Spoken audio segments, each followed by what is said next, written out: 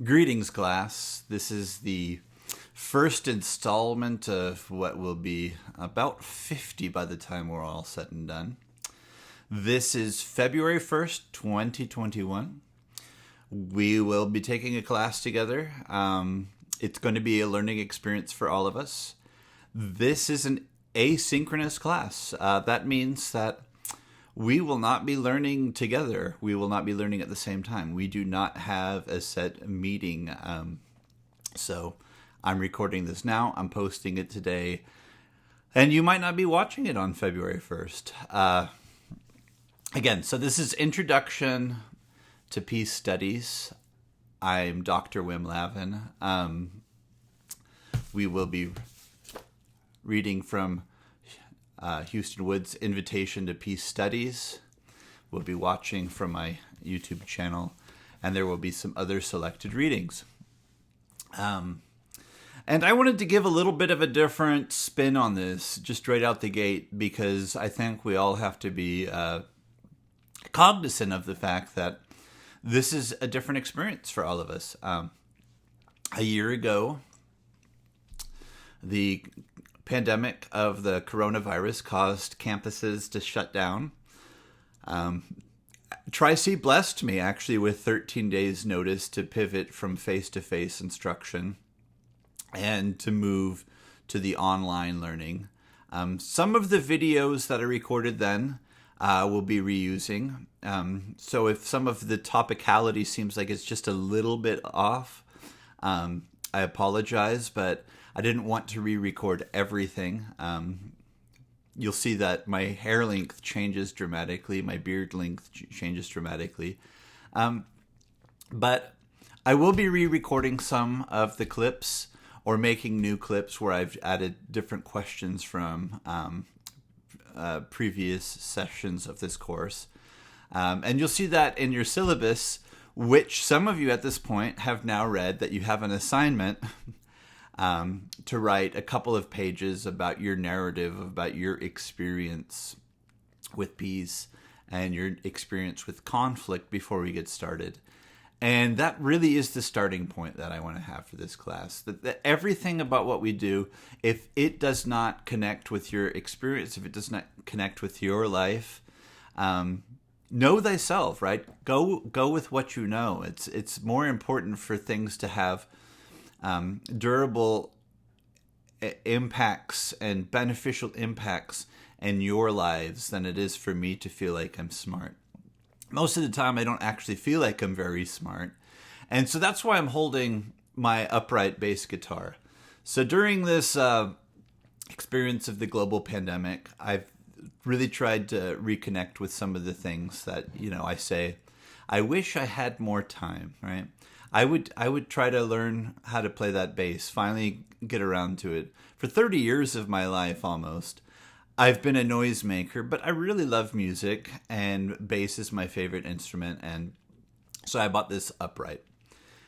And so that's one of the benefits to what we're doing now. Like, I am at home. There's something that's a little bit intimate about bringing my students into my home. And so I have the ability to make prompts. You can see like it's in my syllabus coffee mug. So all of these different features, right? We have to take the best out of our opportunity and try to minimize, the disappointments and disadvantages. And so I don't have as much opportunity to make personal connection with you. So in any case, my upright bass here, I can tell you, I'm not a musician. I mean, that'll be abundantly clear. I'll actually play a couple of notes in a second. But the point here is that just like we have to crawl before we walk, we have to do that in all areas of our life. Like, if you want to get good at playing an instrument, you have to practice at it.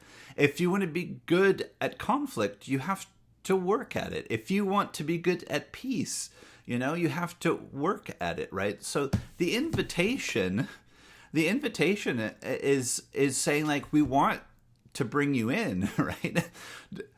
Houston Wood is an is just an amazing person, right? And he wants to see the best for all of humanity, but it's not like you just show up. It takes work. So anyway, what you'll see in large part about my teaching philosophy is that it so first of all, since I'm a self-proclaimed idiot, that makes mistakes all the time, I have to convince you that despite the fact that I make mistakes, that you should listen to me or take me seriously. And so in the classroom, I would normally give the example that Usain Bolt has a coach, and that the coach is not anywhere close to as fast as Bolt is. Bolt's the fastest human on the planet. So the point isn't that in order to coach someone, you have to be better at that thing than they are, right? Bolt is faster because somebody sees what he's doing and helps him to identify ways to do better, right? Tiger Woods, he's this amazing golfer, and he has to have his coach. And there's been a part in his career where without that guidance, his performance really suffered, right? Because it's the ways to make those adjustments. So I can play some notes.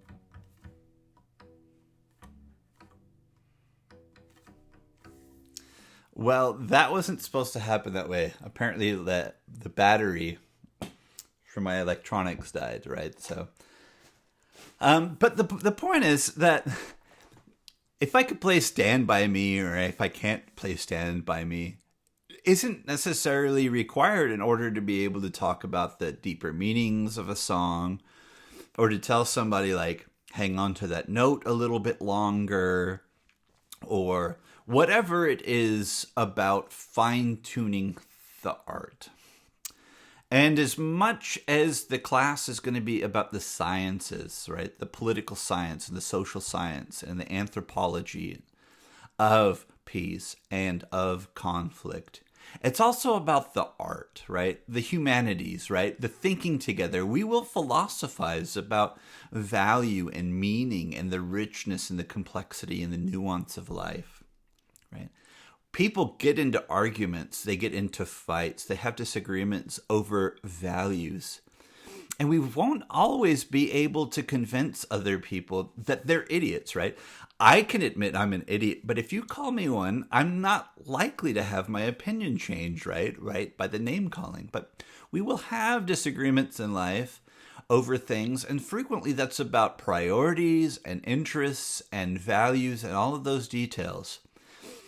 And the challenge is the art of figuring out, despite the fact that we have differences, right? Some of us will have voted for one candidate and some of us will have voted for another. Some of us will believe that people should have the freedom to do something, and others will believe that that freedom should be taken away.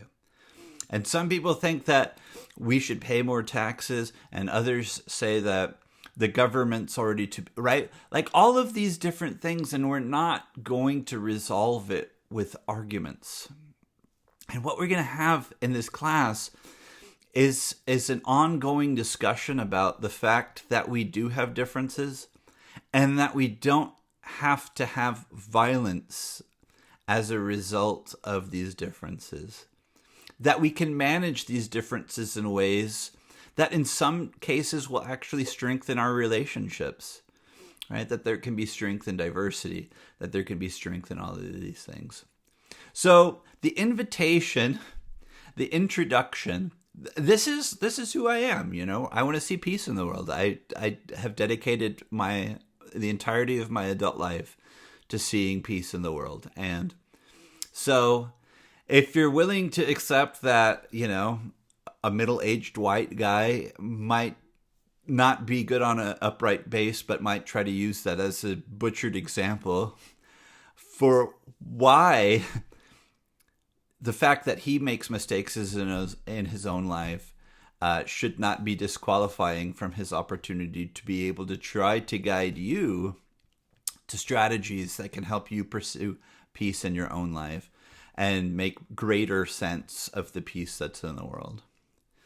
And that he can, win this audition to be hired as your conflict coach to help you think about the ways that conflict influences your life and the ways that you can work to better address and handle the conflicts that you face. I'm happy to have you. And so we'll have a bunch of these sections and you'll be writing and we'll be thinking and, I look forward to it and I hope you do as well. Thanks.